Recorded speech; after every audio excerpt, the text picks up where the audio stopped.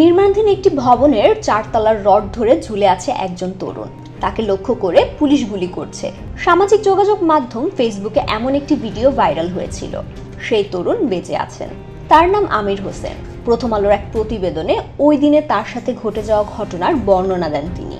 250-টিরও বেশি design option নিয়ে Walton smart fridge, বোঝে আপনার প্রয়োজন। নির্মাণাধীন ভবনটি রামপুরায় অবস্থিত। গত 19 জুলাই সেখানে গুলিবিদ্ধ হন আমির। তিনি জানান, আফতাবনগরে একটি দোকানের কর্মী হিসাবে চাকরি করতেন তিনি।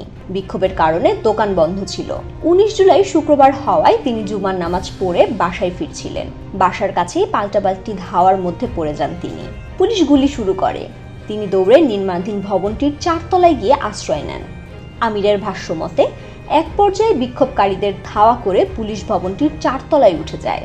সেখানে তাকে পেয়ে পুলিশের সদস্যরা তার দিকে আগ্নেয়াস্ত্র তাক করে বারবার নিচে লাফ দিতে বলেন। একজন পুলিশ সদস্য তাকে ভয় দেখিয়ে কয়েকটি গুলি করেন। এক পর্যায়ে ভয়ে তিনি লাফ দিয়ে নির্মাণাধীন ভবনটির রড ধরে ঝুলে থাকেন। তিনি যখন ঝুলেছিলেন তখন 3য় তলা থেকে একজন পুলিশ সদস্য তাকে লক্ষ্য করে 6টি গুলি করে। গুলিগুলো তার 2 পায়ে লাগে। এক পর্যায়ে পুলিশ চলে যায়। তিনি ঝুলেছিলেন। পরে তিনি ঝাঁপ দিয়ে কোনো রকমে 3য় তলায় পড়েন।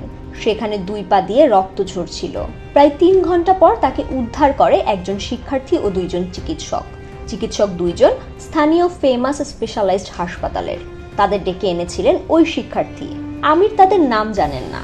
তিনি বলেন, চিকিৎসকেরা প্রাথমিক চিকিৎসা দিয়ে তাকে ঢাকা মেডিকেল কলেজ হাসপাতালে পাঠানোর ব্যবস্থা করেন। ঢাকা মেডিকেল থেকে 3 মাসের ঔষধ লিখে দিয়ে তাকে বাসায় পাঠানো হয়। ফাহমিদা সৃষ্টি, মানবজমিন।